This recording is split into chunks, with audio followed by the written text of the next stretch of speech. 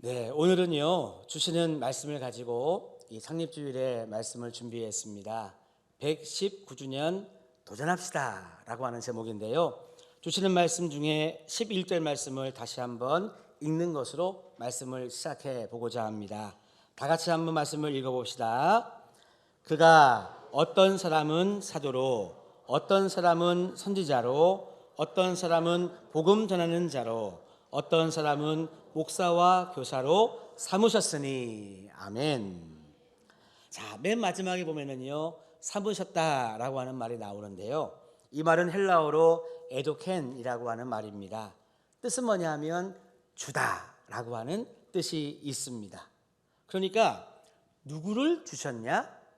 목사를 주셨다라고 하는 이야기가 되겠습니다. 그러니까 그가 누구냐면 예수 그리스도시죠. 예수 그리스도가 목사를 주셨다라고 하는 말이 오늘 본문 11절의 말씀입니다. 에베소서에서는요, 이 에도켄 주다라고 하는 말이 한 군데 더 사용되는 본문이 있습니다. 에베소서 1장 22절이 바로 그 말씀인데요. 또 만물을 그의 발 아래에 복종하게 하시고 그를 만물 위의 교회의 머리로 삼으셨느니라.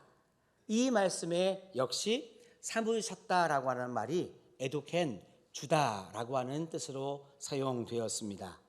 그러니까 이 말씀이 무슨 말이냐면요, 그를, 그러니까 예수님을 만물 위에 교회의 머리로 주셨다라고 하는 말씀이 22절이죠.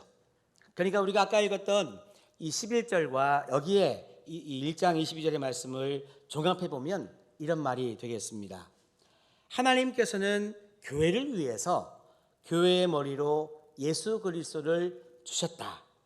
그리고 그 예수 그리스도께서는 저와 같은 목사를 교회에 선물로 주셨다라고 두 말씀을 이렇게 종합 정리해 볼 수 있겠습니다. 여러분, 이 원리가 오늘의 본문 안에 담겨져 있는 것입니다. 여러분, 이해가 되십니까? 하나님이 몸된 교회를 사랑하시기 때문에 교회를 위해서 예수 그리스도를 교회의 머리로 주셨고, 또 교회의 머리가 되시는 예수님께서는 성도들을 사랑하사 성도들에게 선물로 목사를 주셨다라고 하는 말입니다. 그래서 여러분, 제가 지금 뭐 선물 리본 같은 거 안 묶어 와서 그렇지, 저는요 예수님께서 우리 성도님들에게 주신 선물과 같은 존재라는 것이 성경의 말씀입니다. 어떻게 선물이 마음에 드시나요? 예, 마음에 안 드셔도 이게 반품이 불가해서 여러분 어찌하면 좋습니까? 자, 그러면 왜 저를 우리 성도님들께 선물로 주셨을까? 예수님은 도대체 어떤 마음이시길래 목사를 선물로 성도들에게 주셨을까? 그 이유가요, 바로 본문 12절에 나오고 있습니다. 12절에 보면 예수님이 이 선물로 주신 목적이 두 가지가 나옵니다. 같이 읽어볼까요? 이는 성도를 온전하게 하여 봉사의 일을 하게 하며 그리스도의 몸을 세우려 하심이라. 아멘. 자, 첫 번째 목적이 뭐냐 하면 성도를 온전하게 하여라고 하는 말이 나오고 있습니다. 그래서 여러분, 이 온전하게 한다라고 하는 단어를요, 원어로 보면 카타르티스몬이라고 하는 단어입니다. 뜻이 뭐냐면 준비시킨다라고 하는 뜻이 있거든요. 그러니까 예수님께서 여러분들에게 저를 선물로 주셨는데요, 주신 첫 번째 목적이 뭐냐 하면 바로 우리 성도님들을 준비시키라고 저를 보내주셨다라고 하는 말이 되겠습니다. 자, 그러면 무엇을 준비시키려고 보내셨느냐가 또 중요하지 않겠습니까? 그래서 두 번째 목적에 보니까요, 이렇게 나와 있습니다. 봉사의 일을 하게 하며 라고 말씀이 나와 있죠. 이 봉사라고 하는 단어는요, 그래도 우리들에게 친숙한 단어입니다. 디아코니아 들어보셨나요? 이거는 좀 들어보셨죠? 디아코니아의 뜻은 뭐냐 하면 식탁 시중이라고 하는 원초적인 뜻이 있습니다. 우리 식사할 때 뭐 이렇게 뭐 음식 갖다 주고 물 갖다 주고 뭐 이런 거죠. 근데 이 의미를 우리가 잘 이해해 보면 다른 사람을 위해서 섬기고 봉사하는 태도를 의미하는 단어입니다. 자, 정리해 보겠습니다. 그래서 여러분, 저를 예수님께서 우리 성도님들에게 선물로 보내주신 이유는 바로 여러분들이 준비가 잘 된 성도가 되기 위해서 보내주셨는데, 뭐를 준비하게 하셨느냐? 식탁 봉사를 잘하도록, 다시 말하면 이웃을 잘 돌보고 이웃을 잘 섬길 수 있도록 그렇게 여러분 저를 보내주셨다라고 하는 의미가 되겠습니다. 이 두 가지의 의미, 좀 긴 의미인데요, 간단하게 여러분 한 단어로 요약해 보면 이렇게 말씀을 드릴 수 있습니다. 한번 따라 합시다. 성숙한 사람. 자, 한 번 더. 성숙한 사람. 맞습니다. 그래서 우리 흥해제일교회 성도님들 한 분 한 분이 성숙한 사람으로 준비될 수 있도록 저를 여러분들에게 선물로 보내주셨다라고 하는 것이 바로 오늘 본문의 말씀입니다. 그래서요, 오늘 본문의 말씀, 이 12절의 말씀을 지난 주간 동안 읽고 묵상하고 기도하다가요, 이런 생각을 하게 되었습니다. 그렇다면 이렇게 2024년 4월의 마지막 주를 지내고 있는 우리 흥해교회 성도님들, 흥해제일교회 성도님들 119주년을 맞이해서 지금까지도 감사하지만 앞으로의 미래를 내다보면서 기도하는 우리 성도님들이 어떻게 하면 성숙한 사람으로 세워질 수 있을까? 나는 어떻게 하면 여러분들을 성숙한 사람으로 그렇게 세워드릴 수 있을까? 이것을 저는 생각해 보게 되었습니다. 그러다가요, 깨달음이 생겼습니다. 그래, 우리 성도님들을 성숙한 사람으로 세우기 위해서는 두 가지의 질문을 늘 하면 되겠구나라고 하는 이 생각을 하게 되었습니다. 저는 저 자신에게도 이와 같은 질문을요 가끔 하거든요. 그러면서 저를 다시금 되돌아보곤 하는데, 이 두 가지의 질문을 오늘 한번 같이 나누어 보기를 원합니다. 한번 여러분 따라해 보실까요? 나는 영적인 패러다임의 전환이 있는가? 맞습니다. 여러분, 우리가 성숙한 사람, 다시 말하면 봉사의 일을 잘하는 그런 여러분 준비된 성도가 되려고 한다면 우리는요, 날마다 이 질문을 해야 된다는 것입니다. 나는 영적인 패러다임의 전환이 있는가라고 하는 질문입니다. 왜 이 질문이 필요할까요? 우리가 지나왔던 과거의 시간, 특히 60년대, 70년대를 생각해 보면 우리가 알 수 있습니다. 그 당시가 떠올려지시는 성도님들 많이 계시죠.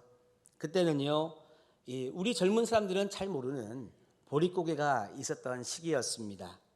경제적으로는 많이 어려운 시기였죠. 또 지금과는 다르게 자녀들이 또 많은 그런 시기였습니다.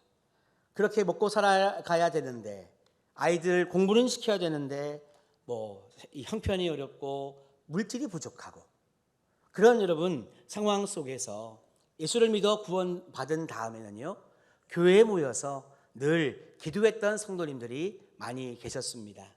하나님, 일용할 양식을 주시옵소서, 물질을 주시옵소서, 먹고 살 길을 주시옵소서, 우리 아이들을 공부시킬 수 있도록 도와주시옵소서, 우리 가정 형편이 좀 펴질 수 있도록 도와주시옵소서. 이렇게 여러분 교회에 나와서 나의 삶의 문제를 놓고 참 눈물로 기도했던 우리 믿음의 선배들이 많이 계셨습니다. 이 자리에도 물론 많이 계시고요. 그때는 여러분 그와 같은 모습을 기복신앙이라고는 말하지 않았습니다. 왜냐하면 당장 나의 생존이 지금 걸려있는 상황이기 때문에 일용할 양식이 없으면 먹을 것이 없고, 당장 물질이 주어지지 않으면 아이들 학교에 보내지 못하니까요, 생존의 문제를 놓고 하나님하고 여러분 기도했을 때 그런 성도님들을 보고 기복신앙이라고 말하지는 않았습니다. 만에 하나 누가 그렇게 이야기를 한들 그게 여러분 무엇이 중요합니까? 당장 하나님께 구해야 먹고 살 수 있다고 한다면 그런 기도 여러분 필요했던 시대가 우리 과거의 시대였습니다. 하지만 여러분 지금은 상황이 많이 달라졌습니다. 지금은요, 그래도 여러분 밥은 먹고 살 수 있는 시대가 되었습니다. 그런데 여러분, 우리의 기도는 지금도 더 달라, 더 채워달라고 하는 기도가 얼마나 많습니까? 여러분, 그래서 이것은 앞으로 변화되어야 될 모습이라고 하는 것이죠. 물론 지금 예배드리는 성도님들 중에서도 일용할 양식이 필요하고 물질이 정말 필요한 성도님들이 계시다면 기도하셔야 됩니다. 누가 나보고 그런 기복신앙을 가지고 신앙생활 하면 되겠느냐라고 이야기할지라도 내 생존이 걸려 있으면 기도해야죠. 누가 뭐라고 해도 여러분 굴하지 말고 하나님께 구하셔야 됩니다. 부르짖어야 됩니다. 생존의 문제라면 말입니다. 그런데요, 그렇지 않다고 한다면 이제는 우리들의 신앙의 패러다임이 전환되어야 된다는 말씀을 저는 드리고 싶은 겁니다. 어떻게 여러분 달라져야 되느냐? 나 중심의 여러분 신앙생활에서요, 우리 중심의 신앙생활로 여러분 변화되어야 된다라고 하는 것입니다. 오늘 말씀 13절 말씀에 보면 말씀의 주어가 내가가 아니고요, 우리가 말씀의 주어임을 알 수 있습니다. 우리 한번 13절의 말씀을 다 같이 봉독해 보시겠습니다. 우리가 다 하나님의 아들을 믿는 것과 아는 일에 하나가 되어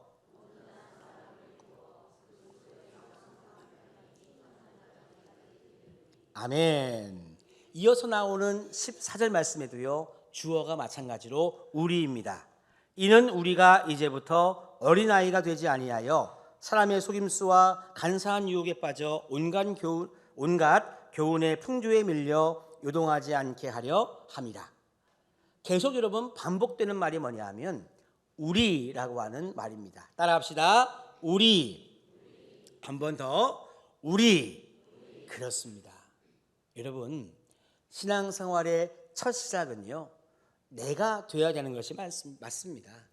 내가 예수를 믿어야 되고, 내가 은혜를 받아야 되고, 내가 기도의 응답을 받아야 되고, 내가 당장 먹고 살 것이 없으니 내가 하나님께 구하여 응답 받아야 되고, 신앙생활의 첫 시작이자 여러분, 내가 여러분 신앙생활의 시작인 것은 맞는데요, 이제 우리가 신앙이 성장했다고 한다면, 이제 밥은 먹고 살 만한 때가 되었다고 한다면요, 이제는 우리 신앙의 중심이 나에서 우리로 여러분 확장되어야 된다는 것이 바로 오늘의 말씀입니다.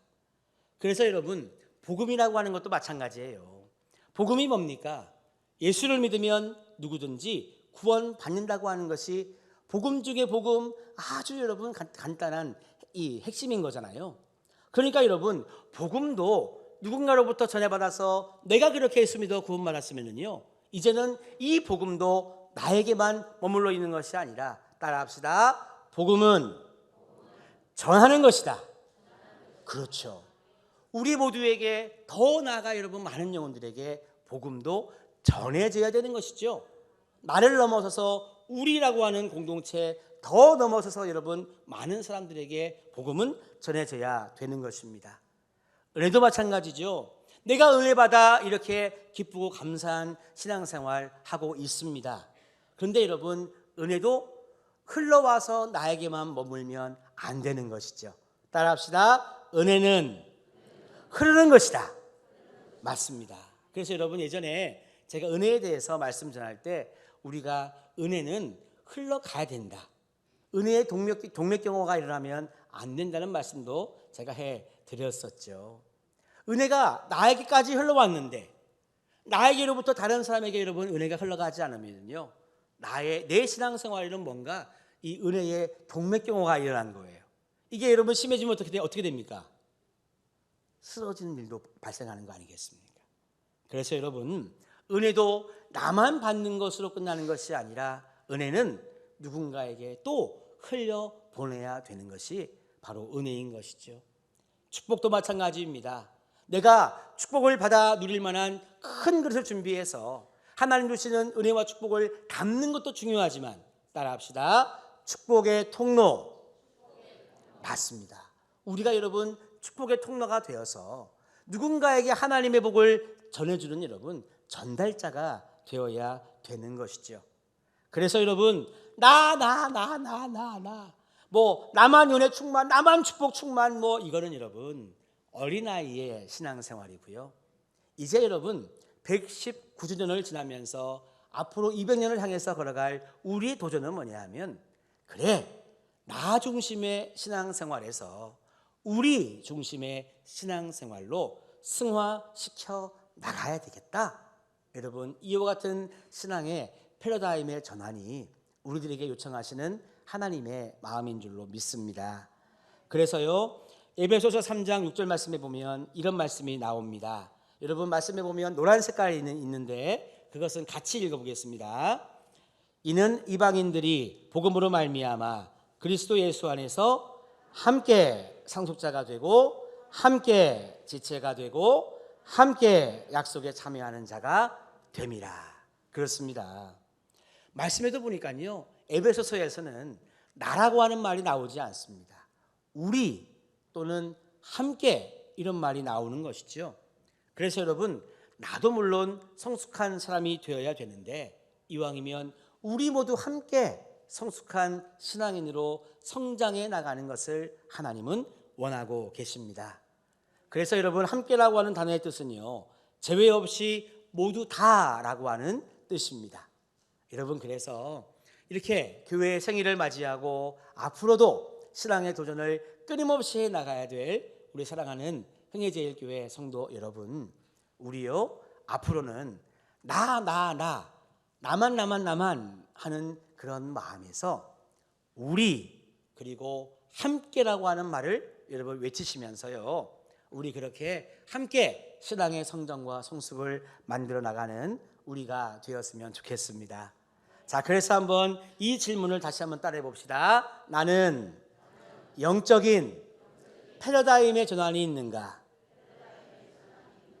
예, 이 질문을 날마다 하시면서 자꾸 여러분 나는 내려놓으시고 우리 함께라고 하는 마음을 더 크게 가지시는 우리 성도님들 되시기를 간절히 바랍니다. 자, 두 번째로 우리가 물어야 될 질문이 있습니다. 그것은 뭐냐 하면, 나는 성장통이 있는가라고 하는 질문입니다.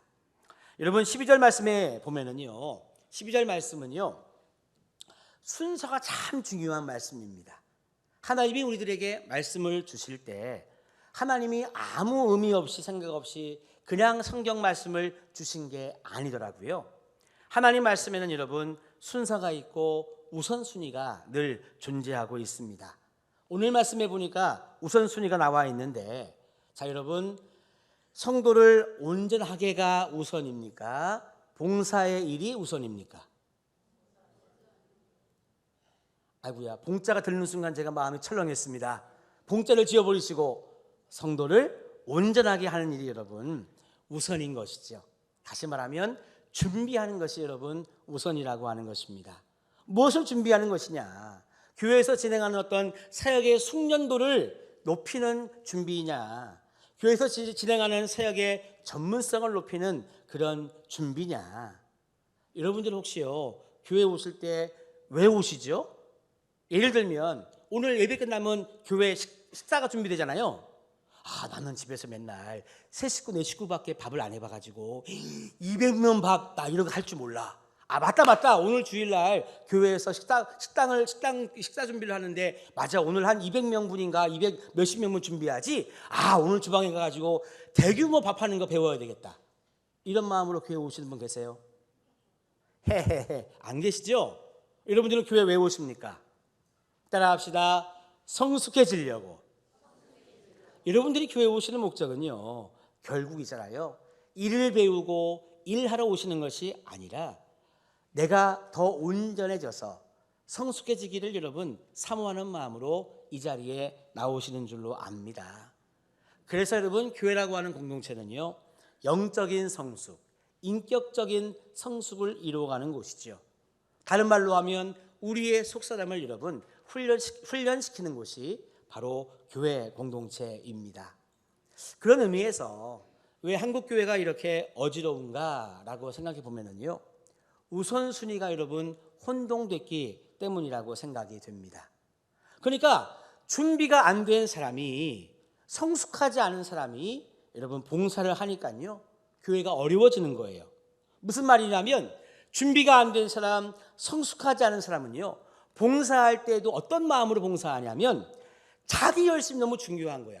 내가 한다는데 왜 하지 말라 그래? 내가 한다는데 왜 이래라 저래라 그래? 또 내 기준이 분명하단 말이에요. 뭐 봉사하고 일하려면 이렇게 해야 되지 왜 저렇게 하냐고. 여러분, 그렇게 이야기를 많이 하는 분들은요, 아직도 여러분 준비가 안 돼 있고 성숙하지 않은 사람이라고 하는 것입니다. 교회 안에 여러분 왜 상처가 생깁니까? 자기 열심으로 일하면서 자기 기준으로만 여러분 늘 판단하고 정죄하고 막 비난하고 막 이 하는 사람들 때문에 다른 사람들이 여러분 상처를 받는단 말이죠. 그래서 여러분 자신의 열심과 인간적인 기준이 상대를 정죄하는 도구가 되면 안 되는 것입니다. 여러분 우리는요 다 달라요. 여러분 주위를 둘러보세요. 뭐 나와 똑같은 사람이 여러분 어디 있습니까? 여기에는요 정치적인 성향이 다른 사람들도 존재합니다. 또 여기에는요 고향이 다른 사람들도 존재하세요. 성격도 다양해 가지고요, 누구는 일단 소리 지르고 보시는 분이 계신가 하면 누구는 차분한 분도 계시고요, 누구는요 배경이 좋은 분이 계신가 하면 배경이 없는 사람도 이 자리에 계신 거예요. 하다못해 남자와 여자가 이 자리에 공존하고 있습니다. 다시 말하면 여러분 이 교회 공동체라고 하는 것은요 세상과 달라요. 나와 다르다고 해서 무시하거나 비난하거나 배척하면 여러분 안 되는 것입니다. 세상에서는요 끼리끼리 모인다고 하죠. 나와 정치적인 성향이 같은 사람, 나와 같은 고향 출신인 사람, 나와 같은 학교에서 공부한 선후배, 뭐 이런 식으로 여러분 끼리끼리 모여야 좋습니다. 왜냐하면 편하거든. 해병대는 해병대끼리 모여가지고 얘기해야 재밌지. 거기에 육군 한 명 끼면요 같이 못 놀아요. 이해되시죠? 무슨 말인지. 하지만 여러분 교회는 그런 곳이 아닙니다. 우리 안에는 서로 다른 사람들이 모여 있습니다. 하나님이 왜 다양한 사람들을 이곳에 모아 놓으셨을까? 하나님은요 우리들에게 다른 것을 요구하지 않으셨기 때문입니다. 따라합시다. 나는 예수님을 나의 구주로 믿습니다. 맞아요. 우리는요 고향이 다르고 출신이 다르고 무슨 뭐 학교가 다르고 정치 성향이 다르고 다 다를지 몰라도 우리의 공통 분모가 있어요. 나는 예수님을 나의 구주로 믿습니다. 하나님은 다른 걸로 우리를 구원하신 것이 아니라 예수를 믿는 믿음으로 우리를 구원해 주셨단 말입니다. 그래서 여러분 우리 교회는요, 이 교회 안에서는요 다른 말 하실 필요가 하나도 없는 거예요. 이 교회에서는 어떻게 하면 하나님의 사랑을 충만히 받을 수 있을까? 어떻게 내 삶 속에 하나님의 사랑이 풍성하게 내가 살아갈 수 있을까? 어떻게 하면 하나님의 사랑을 앞으로도 계속 다른 사람들에게 전할 수 있을까? 여러분 사랑받기 원하고 사랑하기 원하고 사랑을 전하기 원하는 여러분, 그 마음만 있으면 우리 교회는요 행복할 수 있는 것입니다. 정치 얘기는요 저기 나가서 하시면 돼요. 동창회 나가서 하시면 되고요, 향후에 나가서 하시면 됩니다. 교회 안에서는요 이 모든 것 다 필요 없습니다. 따라합시다. 나는 예수님을 나의 구주로 믿습니다. 맞아요. 이 고백 하나로 우리 모두는요 하나가 될 수 있습니다. 그래서 교회는 사랑하며 살아가는 법을 배우는 공동체입니다. 그래서 우리 안에는요 다른 거에 대가는 필요 없습니다. 사랑의 대가, 사랑의 전문가가 이 자리에 넘쳐나기를 주님의 이름으로 축원합니다. 맞아요. 그래서 오늘 할렐루야 찬양대 잘했나요? 못했나요? 아까 앞에 나와서 복원 찬송 드린 우리 여신도 합창단 잘했나요? 못했나요?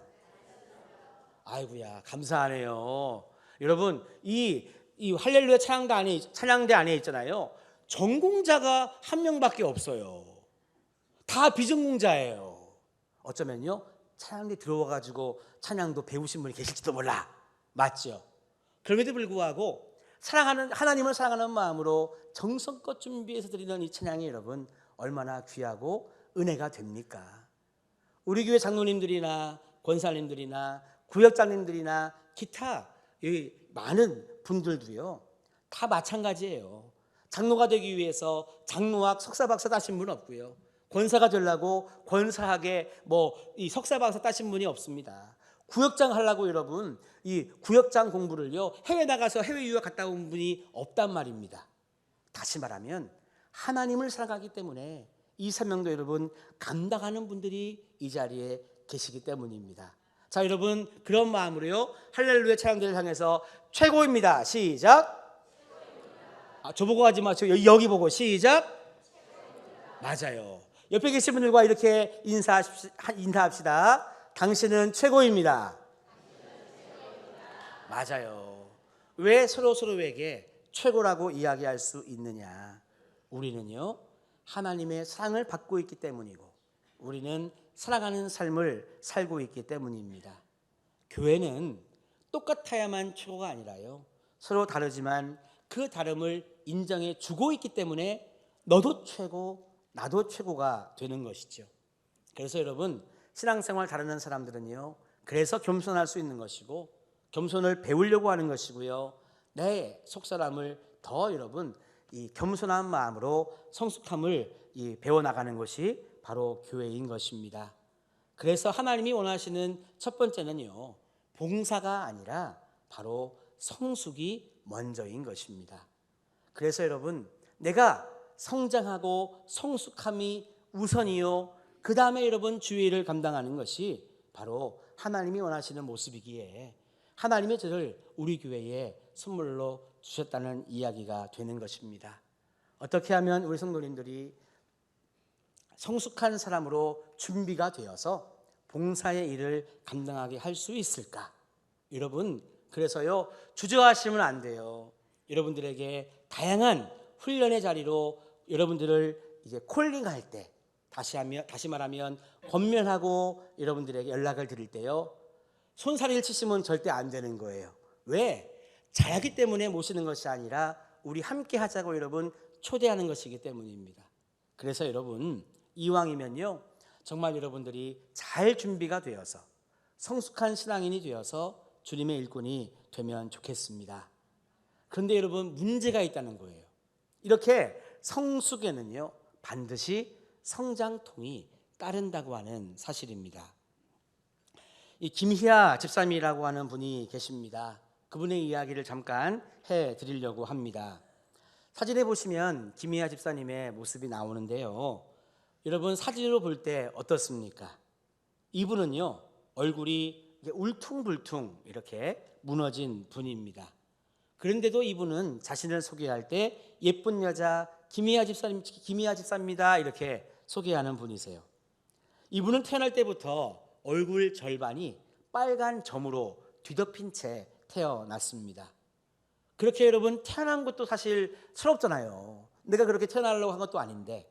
그런데 이분은요, 더 나아가서 부모님으로부터 버림을 받게 됩니다. 그래서 어린 시절 보육원에서 자랐습니다. 얼굴도 자기가 볼 때는 못났는데 엄마 아빠가 날 버려서 이렇게 고아로 자랐다.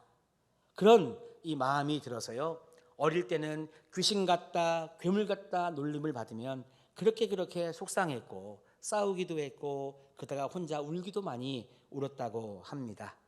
그러니까 이 김희아 집사님에게 얼마나 여러분 상처가 많았겠습니까? 세월이 흘러서 어린 시절의 고통이 이제는 어른이 되었으니 끝날 줄 알았는데요, 어느 날 이 집사님에게 또 다른 시련이 다가왔습니다. 25살이 되던 해에 이 상악동 암을 선고받은 것입니다. 상악동이라고 하는 것은 잇몸 위쪽에 눈 아래 이 정도 부위에 암이 생긴 것을 말하는데요, 상악동은 위턱뼈 가운데 있는 곳을 말합니다. 악성 종양이 얼굴 전체에 막 퍼져가지고요, 눈 밑으로 잇몸의 절반까지 드러내야 되는 그런 어려운 수술을 이분이 받았습니다. 그래서 얼굴의 절반을 여러분 다 그냥 수술로 드러낸 것입니다. 그래서 이렇게 드러내버린 잘려나간 얼굴에는요, 뼈만 둘 수 없으니 엉덩이에 살을 이렇게 잘라다가 붙여가지고 아까 사진에 보셨던 그런 얼굴이 되었습니다. 이분이 어릴 때도 나는 충분히 정말 마음 아파 고생했는데 25이 되어 이제 또 찾아온 이 질병을 내가 어떻게 하면 좋을까? 이분은요, 몇 번이나 죽고 싶은 마음이 들어서 견딜 수가 없었다고 그분이 이야기를 합니다.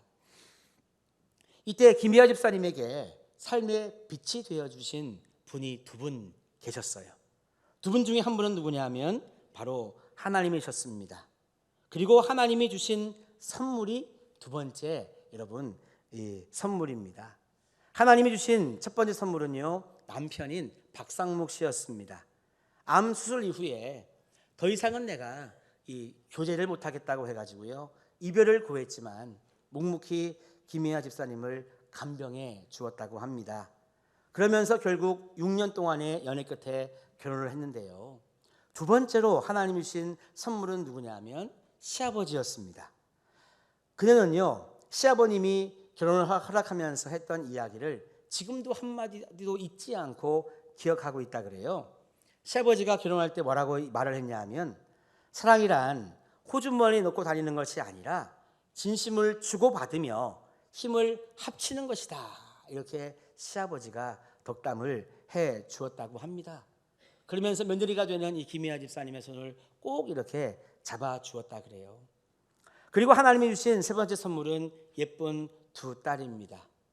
이렇게 하나님 자체가 내 인생의 선물이 되었고, 두 번째 선물은 이와 같은 남편, 시아버지, 예쁜 두 딸이 삶의 선물이 되었는데요, 이렇게 집사님은요, 남편과 두 딸과 함께 행복하게 살아가는 너무나 평범한 한 가정의 집사님입니다.